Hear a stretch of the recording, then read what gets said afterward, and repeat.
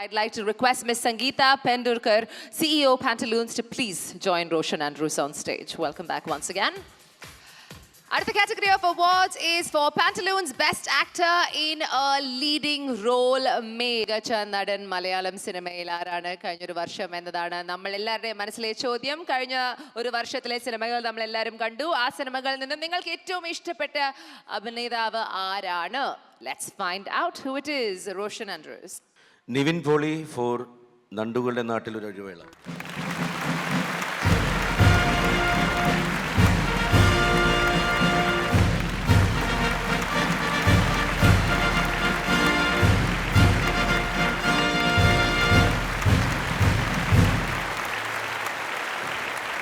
ഒരു popular actor award ഒരു വേദിയിൽ മേടിക്കാൻ കഴിയുന്നത് ഏതൊരു ആക്ടറിനും വളരെ സന്തോഷമുള്ളൊരു കാര്യമാണ്.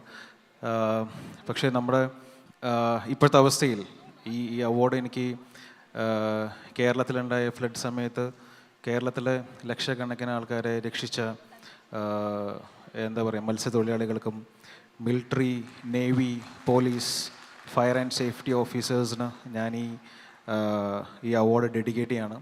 അവരാണ് ഏറ്റവും അർഹരായിട്ടുള്ളത്. കേരളം തിരിച്ചു വരും ശക്തിയോടെ. എല്ലാ പ്രാർത്ഥനകളും കേരളത്തിൻ്റെ കൂടെ ഉണ്ടാവണം. Thank you. Thank you very much, Sangeeta ji. Thank you for joining us on stage. അപ്പം റോഷനും നിവിനും സ്റ്റേജിൽ ഒരുമിച്ച് നിൽക്കുമ്പോൾ നിങ്ങളൊന്നും പോവല്ലേ? വളരെ ഇമ്പോർട്ടൻ്റ് ആയൊരു ചോദ്യം എനിക്ക് ചോദിക്കാനുണ്ട്. നിങ്ങൾ തമ്മിൽ വളരെ ഇൻട്രസ്റ്റിംഗ് ആയൊരു അന്തർധാര ഇപ്പോൾ നടക്കുന്നുണ്ടെന്ന് എനിക്കറിയാം. അതിനെക്കുറിച്ച് എന്തെങ്കിലും നമ്മൾ ചോദിക്കണ്ടേ? ഈ രണ്ടുപേരും സ്റ്റേജിൽ നിൽക്കുമ്പോൾ നിങ്ങൾക്ക് ഞാൻ എന്തിനെ കുറിച്ചാണ് പറയുന്നതെന്ന് മനസ്സിലായോ? ഒരു കള്ളന്റെ ലക്ഷണമൊക്കെ നിവിന് വന്നു തുടങ്ങി. പണ്ടൊക്കെ നിവിന്റെ മുഖത്ത് നോക്കുമ്പോൾ ദ ബോയ് നെക്സ്റ്റ് ഡോർ, ഒരു നിഷ്കളങ്കൻ, ഒരു നല്ല കുട്ടി. പക്ഷെ ഇപ്പം കഴിഞ്ഞ കുറച്ച് നാളായിട്ട് ഒരു കള്ളത്തരം. റോഷൻ ആൻഡ്രൂസ് സംവിധാനം ചെയ്ത നിവിൻ പോളി അഭിനയിക്കുന്ന ആ സിനിമ കായംകുളം കൊച്ചിനി. നിവിൻ പോളിയെ നായകനാക്കി വരുന്ന സിനിമ Roshan Andrews one of the biggest budget ചിത്രങ്ങളാണ്. അപ്പോൾ ആ ട്രെയിലർ കാണുമ്പോൾ തന്നെ നമുക്ക് മനസ്സിലാക്കാം ഭയങ്കര ഇൻവെസ്റ്റ്മെൻറ്റ്, ടൈം ആണെങ്കിലും കമ്മിറ്റ്മെൻ്റ് ആണെങ്കിലും ഡെഡിക്കേഷൻ ആണെങ്കിലും നിങ്ങൾ ഓരോരുത്തരും ആ വലിയ രീതിയിൽ ഈ സിനിമയിൽ നടത്തിയിട്ടുണ്ട്. അപ്പം എന്താണ് മലയാളി പ്രേക്ഷകർ പ്രതീക്ഷിക്കേണ്ടത് ഫ്രം കായംകുളം കൊച്ചുണ്ണി?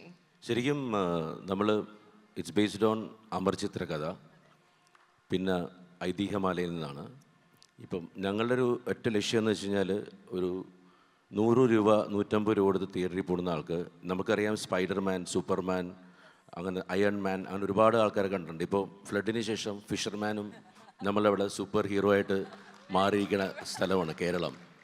ഇതൊരു റിയലിസ്റ്റിക്സ് ഫിലിമയാണ്. കേരളത്തിലുണ്ടായ ഒരു കള്ളനെക്കുറിച്ച്, ഒരു ഇന്ത്യൻ റോബിൻഹുഡ് എന്ന് വേണമെങ്കിൽ പറയാം.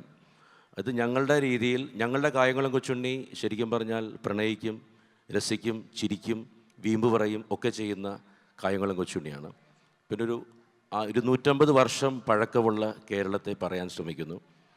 കൂടുതൽ സംസാരിക്കുന്നില്ല. ലെറ്റ് സിനിമ സംസാരിക്കട്ടെ. Let the cinema to talk.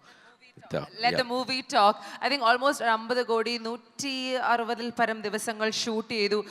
Bobby Sanjay എന്ന ഈ ഒരു സിനിമ എഴുതിയവർ നല്ല രീതിയിൽ റിസർച്ച് ചെയ്തിട്ടുണ്ടാക്കിയ ഒരു സ്ക്രിപ്റ്റാണ്. അപ്പം നിവിൻ അത് കായംകുളം കൊച്ചിനായിട്ട് വരുമ്പം വലിയൊരു ജേർണിയാണ് സിനിമയിൽ. Nivin that you gone through. Malarvaadi arts ക്ലബിൽ തുടങ്ങിയ ആ ആംഗ്രി യങ് മാനിൽ നിന്നും ആ romantic hero Thattathin Marayathu, action hero Biju, Bangalore days, ഇതൊക്കെ മാറി മറിഞ്ഞ് ഇപ്പോൾ ഇതാ മലയാളികളുടെ മനസ്സിലെ കായംകുളം കൊച്ചുണ്ണി. എന്താണ് തോന്നുന്നത് ആസ് ആൻ ആക്ടർ? ഭയങ്കര ഒരു പ്രൗഡ് മൊമെൻ്റാണ് ഇങ്ങനത്തെ ഒരു സിനിമ ചെയ്യാൻ സാധിച്ചാൽ. പ്രത്യേകിച്ച് റോഷൻ ചേട്ടൻ്റെ കൂടെ ബോബി സഞ്ജയുടെ തിരക്കഥയിൽ വളരെ മികച്ചൊരു ക്രൂ സിനിമയുടെ പിന്നിൽ പ്രവർത്തിച്ചിട്ടുണ്ട്.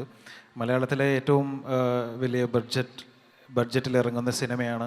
അതിന് വേണ്ട എല്ലാ രീതിയിലുള്ള മികച്ച ടെക്നിക്കൽ ടീം ഈ സിനിമയുടെ കൂടെ പ്രവർത്തിച്ചിട്ടുണ്ട്. മലയാളികൾക്ക് എന്നും അഭിമാനിക്കാവുന്ന, മനസ്സിൽ തൊട്ട് പറയാവുന്ന ഒരു സിനിമയായിരിക്കും കായംകുളം കൊച്ചുണ്ണി എന്നുള്ള കാര്യത്തിൽ എനിക്ക് നല്ല ഉറപ്പുണ്ട്. മാത്രമല്ല നമ്മൾ ചോദിക്കേണ്ട ഒരു കാര്യം തന്നെയാണ്, ലാലേട്ടൻ ആ സിനിമയിൽ എത്തിക്കരപ്പക്കിയായിട്ട് വരുമ്പോൾ എങ്ങനെയാണ് ആ കോമ്പിനേഷൻ സീൻസ്? ഒരു ഷോട്ട് നമ്മൾ കണ്ടു, but we are waiting for the magic. How is that experience? Because ലാലേട്ടൻ്റെ കൂടെ അഭിനയിച്ചിട്ടുള്ള എല്ലാവർക്കും അറിയാം, അതൊരു ഭയങ്കര വലിയൊരു എക്സ്പീരിയൻസ് ആയിരിക്കും. എനിക്കും എൻ്റെ കരിയറിൽ ആദ്യമായിട്ടാണ് ലാലേട്ടൻ്റെ കൂടെ ഒരു സിനിമയിൽ ചെയ്യാൻ സാധിക്കുന്നത്. ഒരു 12 ദിവസം ഞങ്ങളുടെ കൂടെ ഉണ്ടായുള്ളെങ്കിലും എൻ്റെ കരിയറിലെ മികച്ച 12 ദിവസമായിട്ട് ഞാൻ എന്നെ കണക്കാക്കുകയാണ്. ഷൂട്ടിംഗ് സമയത്തും അല്ലാത്തപ്പോഴും പഠിച്ചിട്ടുള്ള അനുഭവങ്ങൾ ഷെയർ ചെയ്തിട്ടുള്ള വേറൊരു ലാലേട്ടനെ ഞങ്ങൾക്ക് കാണാൻ സാധിച്ചു. അതിന് ഒരുപാട് നന്ദി. തിയേറ്ററിൽ ഏറ്റവും കൂടുതൽ തരംഗം സൃഷ്ടിക്കാൻ പോകുന്നത് ലാലേട്ടൻ്റെ സീനുകളിലായിരിക്കുമെന്നും 100% ഉറപ്പാണ്. അപ്പൊ എന്തായാലും ലാലേട്ടന്റെ ആ ഒരു ഇത്തിക്കര പക്കിയുടെ ഒരു ഡയലോഗ് ഞാൻ അങ്ങോട്ട് പറയാം. അതിനൊരു മറു ഡയലോഗ് ഉണ്ട് കൊച്ചുണ്ണിക്ക്, ഓർമ്മയുണ്ടോ നമുക്ക് നോക്കാം. ഈ പുഴ കടന്ന് നിന്നെ തേടി ആര് വന്നാലും എൻ്റെ മരണത്തെ മറികടന്നേ നിന്നെ തൊടൂ. അങ്ങനത്തെ ഡയലോഗ് സിനിമയിലില്ല. ഇല്ല. ഇങ്ങനെയില്ലേ? ഉണ്ടെന്ന് വിചാരിച്ചോ? ഞാൻ സ്ക്രിപ്റ്റിൽ എഴുതി ബോബി സഞ്ജയന്റെ അടുത്ത് പറഞ്ഞ് ഞാൻ ഇട്ടു. ഇതിനൊരു മറു ഡയലോഗ് പറഞ്ഞു, എന്നെ കൊണ്ട് സ്ക്രിപ്റ്റ് എഴുതിക്കരുത്. ഒന്നുകൂടെ പറയാം. മറ്റേ യൂട്യൂബിലൊക്കെ ആൾക്കാർ ഓരോന്ന് ഇട്ടുകൊണ്ടിരിക്കുക. കുറെ സാധനമുണ്ട്. ഇങ്ങനെ ഒരു ഡയലോഗ് ബോബി സഞ്ജയ് എഴുതില്ല. ഇല്ല. അപ്പൊ രഞ്ജിനി തമാശക്ക് വേണ്ടി പറഞ്ഞോട്ടെ, എന്റെ റോഷൻ അപ്പുറത്ത് നിൽക്ക്. ഞാൻ കെട്ടിപ്പിടിച്ചൊരു ഉമ്മ കൊടുക്കും. എന്നെയാണോ ലാലേട്ടനാണോ? ലാലേട്ടൻ. ഓക്കെ. ഈ ഉമ്മയുടെ കാര്യം പറഞ്ഞപ്പോ ഞാൻ ഒരു കാര്യം ഒരാളോട് ഒന്ന് ദൂരെ നിന്ന് ചോദിക്കണം. ആരാന്ന് മനസ്സിലായോ ഉമ്മയുടെ കാര്യം എന്ന് പറഞ്ഞപ്പോ? അതെ, അവിടെ ഇരിക്കുന്നു. ഈ ഐശ്വര്യ ടൊവിനോനെ വഴിതെറ്റിച്ചു. മായാനദിയിൽ തുടങ്ങിയ ആ ഉമ്മവെപ്പ് ഇതുവരെ നിർത്തിയിട്ടില്ല. എല്ലാ സിനിമയിലും കയറി അങ്ങ് പിടിച്ചുകൊണ്ടിരിക്കുകയാണ്. അതിന് മുന്നേ ചെയ്തിട്ടുണ്ടോ? അവനതൊരു ശീലമാണല്ലേ? ഓക്കെ, അപ്പൊ സോറി, നിന്റെ തെറ്റല്ല, ടൊവിനോ ആണ് പ്രശ്നക്കാരൻ. ഓക്കെ, അപ്പം ഒരു ചെറിയ കാര്യം കൂടെ പറഞ്ഞ് ഞാൻ ഇവിടെ പാക്കപ്പ് ചെയ്യാം. അപ്പം കായംകുളം കൊച്ചിനയ്ക്ക് വേണ്ടി കുറെ ഫിസിക്കൽ ട്രെയിനിങ് കൈയൊക്കെ ഓടിച്ചിട്ടുണ്ടെന്നൊക്കെ എനിക്കറിയാം ഈ സിനിമയുടെ ഭാഗമായിട്ട്. അപ്പം കളരി പഠിച്ചു. കളരി അങ്ങനെ പ്രോപ്പറായിട്ടൊന്നും പഠിക്കാൻ പറ്റുന്നൊരു കാര്യമില്ല, അത്ര എളുപ്പം. കാരണം 5-8 വർഷം എല്ലാവരും പ്രാക്ടീസ് ചെയ്യുന്ന സംഭവമാണ്. നമുക്ക് സമയം വളരെ കുറവായിരുന്നു കളരിയൊക്കെ പഠിക്കാൻ. അപ്പോൾ ഇതിനു മുമ്പ് ഹേ ജൂഡ് എന്ന് പറഞ്ഞ സിനിമയുടെ ഷൂട്ടിലായിരുന്നു. അപ്പോൾ അതിൻ്റെ ഷൂട്ടിങ്ങിന് മുമ്പും പിൻപും പിന്നെ ഇതിൻ്റെ ഷൂട്ടിംഗ് കഴിഞ്ഞിട്ടുള്ള സമയങ്ങളിൽ മാത്രമാണ് കളരി പ്രാക്ടീസ് ചെയ്യാൻ സാധിച്ചിട്ടുള്ളൂ. അതങ്ങനെയാണ്. അപ്പോൾ ഒരു ചെറിയൊരു നമുക്ക് എന്നാലും വല്ല ഓർമ്മയുണ്ടോ നോക്കാൻ വേണ്ടി ഞാനൊരു വടി തരാം. അത് ഇങ്ങനെ ഒന്ന് ആക്കി തന്നാൽ നമുക്ക് ഇപ്പൊ എനിക്കൊരു വടി തരുമോ? സംബഡി ഗിവ് മീ കായംകുളം കൊച്ചുണ്ണിക്ക് ആ വടി. വടിയൊന്നുമില്ല. ആ കൊച്ചല്ല, പെൺകുട്ടിയല്ല, പെൺകുട്ടിയുടെ കയ്യിലുള്ള വടി, മറ്റേ ആ മൈക്കത്ത. അപ്പൊ നല്ലൊരു കൈയടിച്ചേ. നമുക്ക് കായം കൊച്ചുണ്ണിയുടെ ഒരു ചെറിയ പ്രകടനം ഹോപ്പ്ഫുള്ളി ഇവിടെ നടക്കും. ഞങ്ങൾക്ക് മാറി നിൽക്കാം.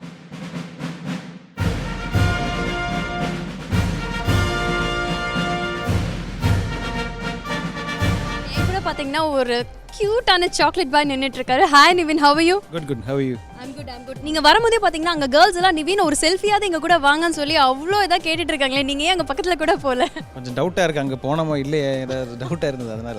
Okay fine. தமிழ் சூப்பரா பேசுறீங்க. அண்ட் ஒன் மோர் திங் உங்ககிட்ட நான் சொல்லணும், அதாவது ட்ரெண்ட் செட்டர் கொண்டு வரது அப்படிங்கிறது இட்ஸ் நாட் ஈஸி திங். இப்போ தமிழ்நாட்டில் எங்க பார்த்தாலும் எல்லாரும் அந்த கருப்பு சட்டை வெள்ளை வேஷ்டி கட்டிட்டு மீசை முறுக்கி விட்டு ஃபுல்லா தாடியோட தான் அலையிறாங்க. ஸோ அந்த பழைய ட்ரெடிஷன்லாம் இங்க கொண்டு வந்த ஒரு பெருமை உங்களுக்கு தான் சேரும். So how does it feel? It feels great. We just casually did it, even the costumes, whatever it is, but it became like what you said, trendsetter மாதிரி ஆயிருந்தது. ஸோ அதில் ரொம்ப சந்தோஷம், ஹாப்பியாக இருக்கு. தமிழில் இப்போ நிறைய படங்கள் நடிக்க போறீங்க? இல்லை இப்போ வந்து ஒரு படம் நடிச்சிட்டு இருக்கேன். இப்போ வந்து தூத்துக்குடியில் ஷூட்டிங் போயிட்டு இருக்கு.